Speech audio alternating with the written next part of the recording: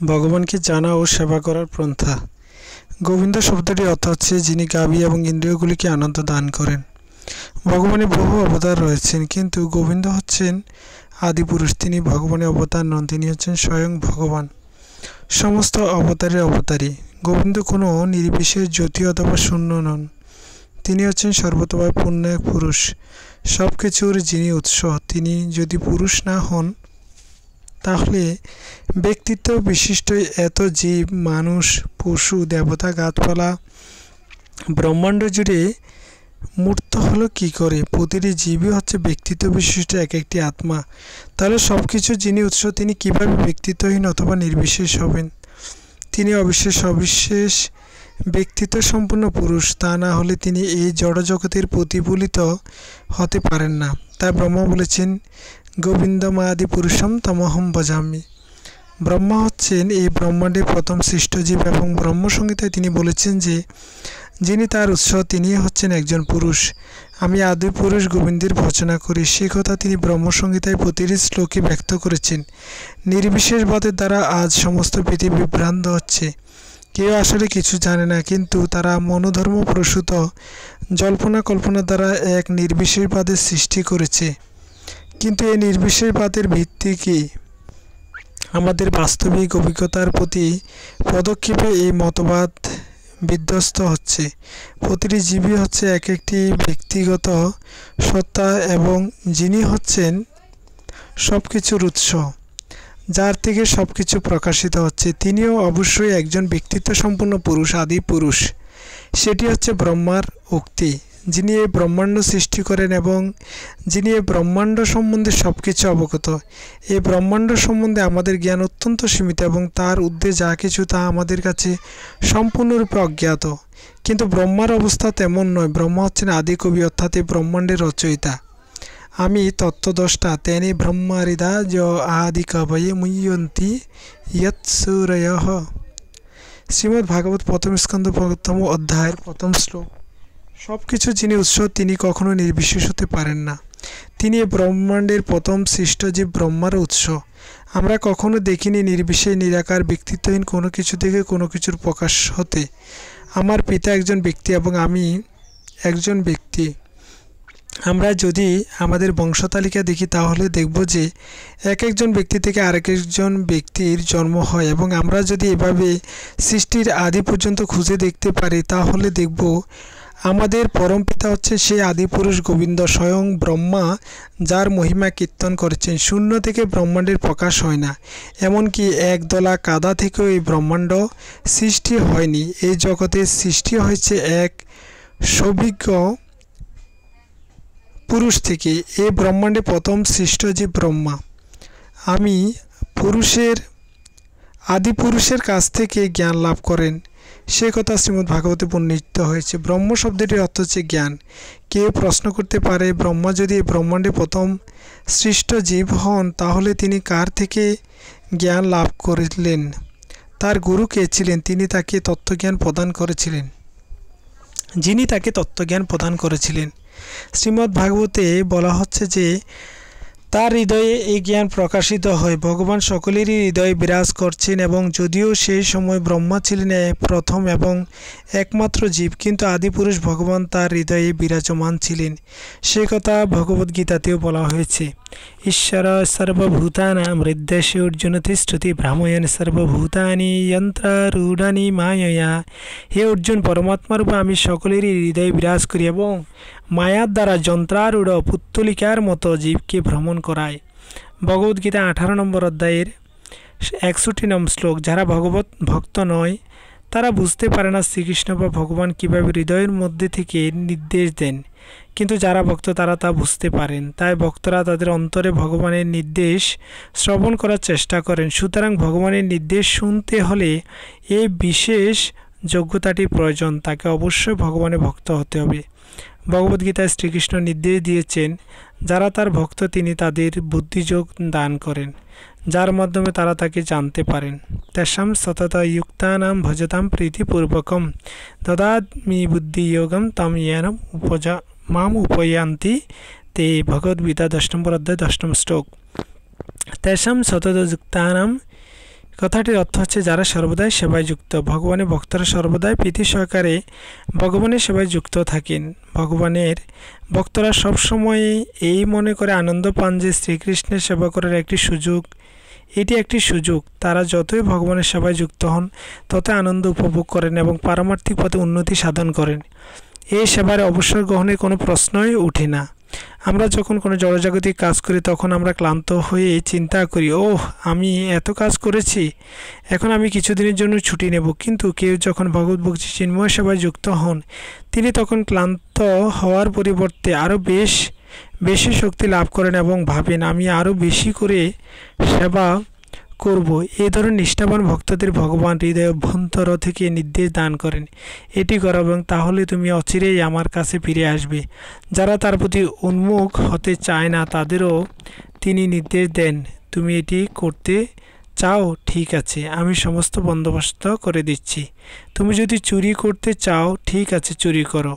আমরা যদি কৃষ্ণোন্মুখ হতে না চাই, আমরা যদি সম্পূর্ণভাবে তাকে ভুলে যেতে চাই, তাহলে তিনি আমাদের সমস্ত সুযোগ দেবেন, কারণ তিনি সর্বদাই আমাদের কামনা বাসনাগুলি চরিতার্থ করছেন। কিন্তু ভগবদ্গীতা উল্লেখ করা হয়েছে যে তিনি আমাদের স্থিতি দান করেন এবং তিনি আমাদের বিস্মৃতি দান করেন। সর্বস্বৈচাহম হৃদি সন্নিবিষ্ট মত্তস্থিতি জ্ঞানম অপহনম চ বেদৈশ্চ সর্বে অহমেব বেদ্য বেদান্তকৃত বেদ বিদেব চাহম। আমি অন্তর্যামী রূপে সকলের হৃদয়ে বিরাজ করছি। আমার থেকে জীবের স্থিতি জ্ঞান এবং বিস্মৃতি লাভ হয়। আমি হচ্ছি বেদবেত্তা এবং বেদান্তের প্রণেতা এবং সমস্ত বেদে একমাত্র জ্ঞাতব্য বিষয় হচ্ছি আমি। ভগবদ্গীতা 15 অধ্যায় 15 শ্লোক। সাধারণ মানুষেরা বুঝতে পারে না ভগবান কি করে একজন পুরুষ হতে পারেন। তারা মনে করে তাহলে ভগবান আমারই মতো একজন মানুষ হবেন। তাই কোনো শাস্ত্রে ভগবানের ব্যক্তিত্ব বা সবিশেষত্ব অস্বীকার করা হয়েছে, কারণ মূর্খ লোকেরা ভগবানের ব্যক্তিত্ব সম্বন্ধে শ্রবণ করা মাত্রই মনে করে ভগবান নিশ্চয়ই আমারই মতো একজন ব্যক্তি। তাই বলা হয়েছে ভগবান ব্যক্তি নন এবং কোনো ধর্মে, যেমন ইহুদি ধর্মে মূর্তি বা চিত্ররূপে ভগবানের প্রতিকৃতি পূজা করা অনুমোদন করা হয়নি। কিন্তু তার অর্থ এই নয় যে ভগবানের কোনো ব্যক্তিত্ব, ভগবানের কোনো রূপ নেই। যখন বলা হয় যে ভগবান কোনো ব্যক্তি নন, তখন আমাদের বুঝতে হবে যে তিনি আমাদের মতো একজন সাধারণ ব্যক্তি নন। প্রকৃতপক্ষে তিনি হচ্ছেন সবিশেষ পুরুষ, কিন্তু তিনি এক ভিন্ন ধরনের পুরুষ। ঈশ্বর পরম কৃষ্ণ সচ্চিদানন্দ বিগ্রহ, তিনি হচ্ছেন নিত্য শাশ্বত সনাতন পুরুষ। তার শরীর আমাদের মতো মরণশীল নয়, তার শরীর নিত্য আনন্দময়, কিন্তু আমাদের শরীর দুঃখময়। তার শরীর পূর্ণ জ্ঞানময়, কিন্তু আমরা সম্পূর্ণ জ্ঞান, আর তিনি ঈশ্বর পরম নিয়ন্তা, আর আমরা হচ্ছে নিয়ন্ত্রিত। তাই ভগবান আমাদের মতো কি করে? আমরা যেহেতু বুঝতে পারি না যে ভগবান পরম সত্য সবিশেষ হন কী করে, তাই আমাদের ব্রহ্মাণ্ডের প্রথম সৃষ্টজীব আদিকবি ব্রহ্মার কাছ থেকে শিক্ষা লাভ করতে হবে। আমরা ব্রহ্ম সম্প্রদায়ভুক্ত, অর্থাৎ ব্রহ্মার থেকে শুরু হয়েছে যে গুরু পরম্পরা, সেই গুরু শিষ্য পরম্পরায় অবস্থিত। তাই ব্রহ্মার নির্দেশ অনুসারে আমাদের আদি পুরুষ গোবিন্দের ভজনা করতে হবে। আমরা সেই আদি পুরুষকে নাও জানতে পারি, কিন্তু আমরা যদি পূর্বতন আচার্যদের পদাঙ্ক অনুসরণ করি তাহলে আমাদের কোনো অসুবিধাই হবে না। গোবিন্দ ব্রহ্মাকে তার হৃদয়ভ্যন্তর থেকে তত্ত্বজ্ঞান দান করেছিলেন। ব্রহ্মা সেই জ্ঞান তার শিষ্য নারদ মুনিকে দান করেছিলেন। নারদ মুনি সেই জ্ঞান তার শিষ্য ব্যাসদেবকে দান করেছিলেন। ব্যাসদেবের শিষ্য মাধবাচার্য সেই বাণী পুনরাবৃত্তি করেছিলেন। তারপর ঈশ্বরপুরী এবং তারপর তার শিষ্য শ্রী চৈতন্য মহাপ্রভু, তারপর গোস্বামীগণ। এভাবে এই জ্ঞান গুরু পরম্পরা সূত্রে প্রাপ্ত হয়।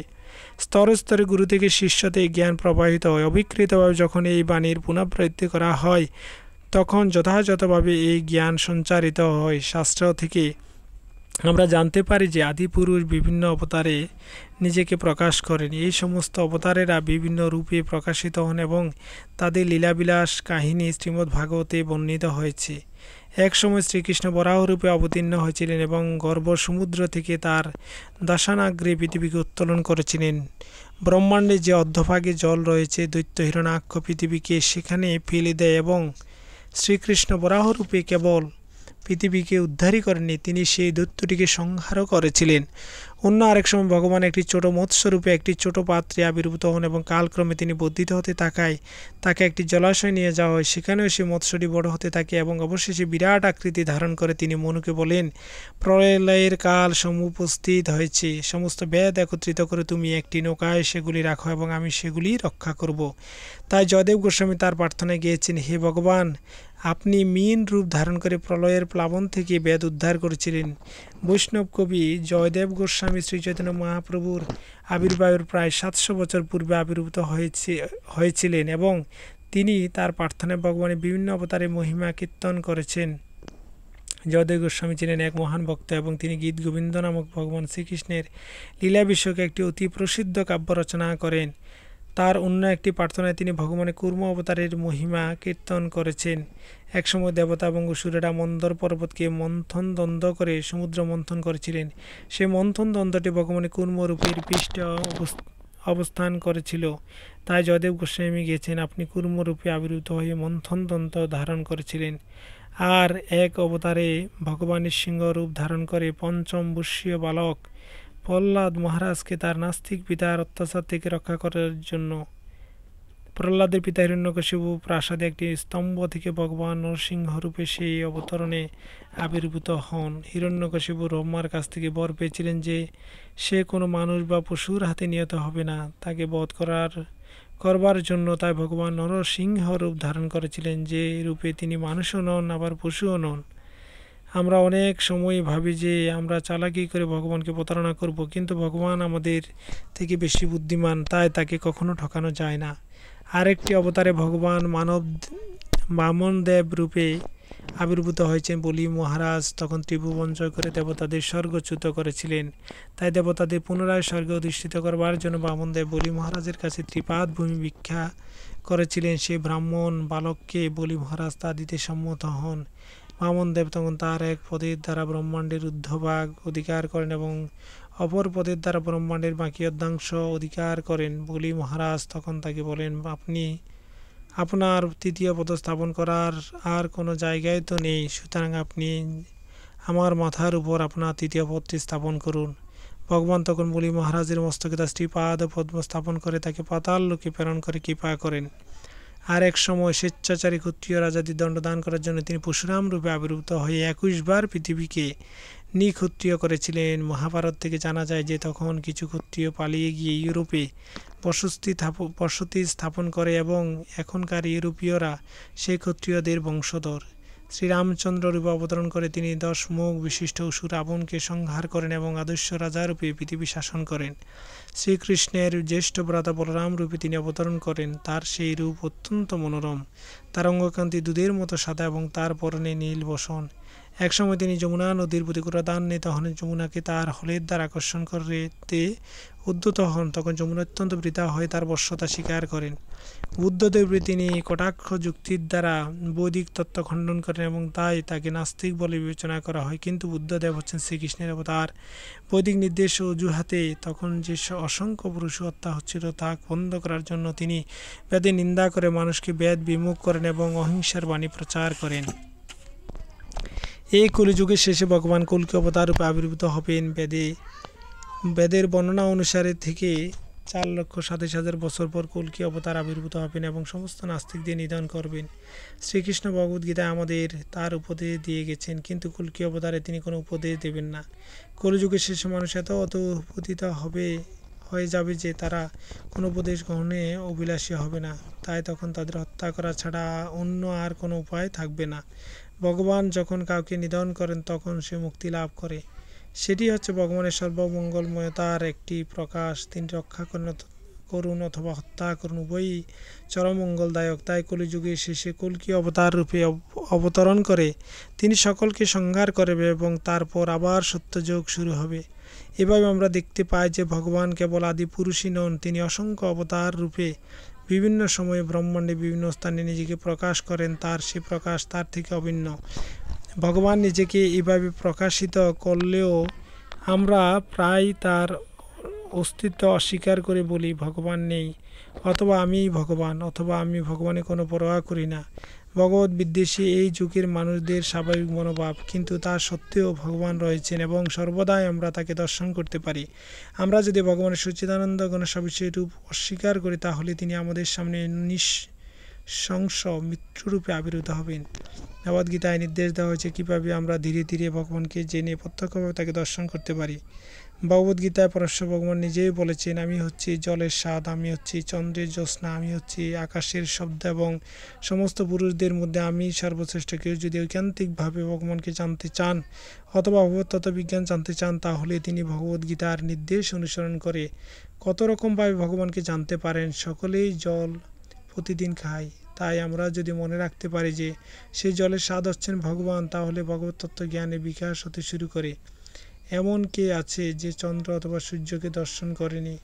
এমন কে আছে যে আকাশের শব্দ তরঙ্গ শোনেনি? এরকম কতভাবে আমরা ভগবানকে দেখতে পারি এবং তার কথা শুনতে পারি এবং আমরা তাকে অনুভব করতে পারি। সকলেই প্রতি মুহূর্তে ভগবানকে দর্শন করছেন, কিন্তু নাস্তিকরা দাবি করে তারা তাকে দেখতে পায় না, কারণ তিনি নেই।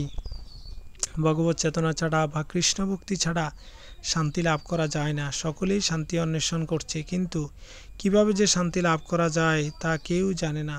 তাই এই কৃষ্ণভাবনিত আন্দোলন পৃথিবীর সর্বশ্রেষ্ঠ কল্যাণ সাধন করছে। শ্রী চৈতন্য মহাপ্রভু পরমেশ্বর ভগবানের নাম সমন্বিত মহামন্ত্র হরে কৃষ্ণ কৃষ্ণ কৃষ্ণ হরে হরে, হরে রাম রাম রাম হরে হরে কীর্তন করার মাধ্যমে অত্যন্ত সহজভাবে ভগবত তত্ত্ববিজ্ঞান উপলব্ধি করার পন্থা প্রদান করে গেছেন। বেদে বলা হয়েছে যে এই যুগের মানুষ এত অদ্ভুত যে অন্য কোনো উপায়ে এই যুগের মানুষ ভগবানকে জানতে পারে না। তাই অন্যান্য যুগে ধ্যান অর্চনা এবং যজ্ঞের মাধ্যমে যে ফল লাভ করা যেত, তা কেবল ভগবানের দিব্যনাম কীর্তন করার মাধ্যমে লব্ধ হয়। শ্রী চৈতন্য মহাপ্রভু, যিনি হচ্ছেন স্বয়ং শ্রীকৃষ্ণ, নির্দেশ দিয়ে গেছেন যে পরমেশ্বর ভগবানের দিব্যনাম পরমেশ্বর ভগবান থেকে অভিন্ন। তাই ভগবানের সমস্ত শক্তি ভগবানের দিব্য নামেই রয়েছেন। পারমার্থিক স্তরে নাম এবং নামিতে কোনো ভেদ নেই। তাই ভগবানের দিব্য নাম এবং ভগবানের মধ্যে কোনো পার্থক্য নেই। শ্রী চৈতন্য মহাপ্রভু বলে গেছেন যে ভগবানের এই নাম গ্রহণে কোনো রকম নিয়ম কানুনের বাধ্যবাধকতা নেই এবং যে কোনো স্থানে যে কোনো সময়ে এই নাম কীর্তন করা যায়। এই যুগে সকলেই কতগুলি অন্ধের অনুসরণ করছে, তাই মানব সমাজের যথার্থ উদ্দেশ্য যে কি তা কেউ জানে না।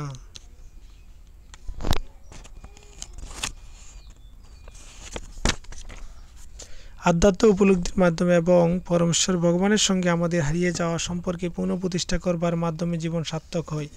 এই কৃষ্ণভাবনামৃত আন্দোলন সেই উদ্দেশ্য সাধন করে মানব সমাজকে যথার্থ জ্ঞান দান করার প্রচেষ্টা করছে। বৈদিক শাস্ত্রে বিশ্লেষণ করা হয়েছে যে পরমেশ্বর ভগবান শ্রীকৃষ্ণের সঙ্গে আমাদের সম্পর্কে পুনঃপ্রতিষ্ঠা করাই জীবনের চরম সিদ্ধি। ভগবদ্গীতা থেকে আমরা জানতে পারি যে প্রতিটি জীবই কেবল মানুষই নয়, পশু পাখি এবং তার থেকে নিম্নস্তরের জীবেরাও সকলে পরমেশ্বর ভগবানের বিভিন্ন অংশের কাজই হচ্ছে পুণ্যের সেবা করা। ঠিক যেমন আমার এই হাড়টির কর্তব্য হচ্ছে আমার দেহটির সেবা করা, তেমনি জীব যেহেতু ভগবানের বিভিন্ন অংশ, তাই তাদের কর্তব্য হচ্ছে ভগবানের সেবা করা। প্রকৃতপক্ষে আমরা সর্বদাই কারো না কারো সেবা করছি। আমরা নিরন্তর হয় আমাদের দেহের সেবা করছি অথবা আমাদের দেহের সম্পর্কিত কোনো কিছুর সেবা করছি, যেমন পরিবার, সমাজ, দেশ ইত্যাদি। আর কারো যদি সেবা করার মতো কেউ না থাকে, তাহলে সে একটি কুকুর বা বেড়ালের পুষে তাদের সেবা করে। তবে আমাদের স্বাভাবিক বৃত্তি হচ্ছে পরমেশ্বর ভগবানের সেবা করা। পরমেশ্বর ভগবানের সেবা না করে আমরা থাকতে পারি না এবং পরমেশ্বর ভগবানের সেবা করাকে বলা হয় সনাতন ধর্ম বা জীবের স্বাভাবিক ধর্ম। জড়জাগতিক স্তরে সবচাইতে ভালোভাবে সেবা করেও আমরা নিজেরা সন্তুষ্ট হতে পারি না এবং যাকে সেবা করা হচ্ছে তাকেও সন্তুষ্ট করা যায় না। জগতে সকলেই নৈরাশ্যগ্রস্ত, কারণ এখানে আমাদের সেবা করার প্রবৃত্তি যথাযথভাবে পরিচালিত হয় না। আমরা যদি একটি গাছের সেবা করতে চাই, তাহলে আমাকে সেই গাছের গোড়ায় জল দিতে হবে। গাছের ডালপালা বা পাতায় জল দিলে হবে না। তেমনি উদরকে খাদ্য দিলে সমস্ত শরীরে পুষ্টি হয়। তাই আমাদের বুঝতে হবে, আমরা যদি পরমেশ্বর ভগবানের সেবা করি, তাহলে তার বিভিন্ন অংশগুলিও তৃপ্ত হবে। তাই পরমেশ্বর ভগবানের সেবা করার মাধ্যমে যথার্থভাবে সমাজের, দেশের এবং পরিবারের পূর্ণাঙ্গ সেবা হয়ে থাকে। ব্রহ্মা তার শিষ্য নারদ মুনিকে বলেন, বৈদিক শাস্ত্রসমূহ ভগবান নিজেই প্রণয়ন করেছেন এবং তাদের চরম উদ্দেশ্য হচ্ছে পরমেশ্বর ভগবানের পরিচিতি প্রকাশ করা। যেমন শরীরে বিভিন্ন অঙ্গের কর্তব্য হচ্ছে পূর্ণ শরীরের সেবা করা, বিভিন্ন গ্রহগুলিও পরমেশ্বর ভগবানেরই জন্য এবং বিভিন্ন যজ্ঞের উদ্দেশ্য হচ্ছে তার প্রীতি সাধন করা, সমস্ত ধ্যান এবং ধারণার উদ্দেশ্য হচ্ছে তাকে জানা, সমস্ত তপচর্যার উদ্দেশ্য হচ্ছে তার দর্শন লাভ করা এবং মুক্তি লাভ করে তার ধামে প্রবেশ করা। শ্রীমদ্ ভাগবত দ্বিতীয় স্কন্ধ 5 অধ্যায়ের 15 থেকে 16 শ্লোক। ব্রহ্মার পদাঙ্ক অনুসরণ করে আমরা সেই চরম মূর্তি লাভ করতে পারি। ব্রহ্মা আদি সমস্ত দেবতাদের আরাধ্য পরমেশ্বর ভগবানের দর্শন লাভ করতে পারি। হরে কৃষ্ণ, হরি বল।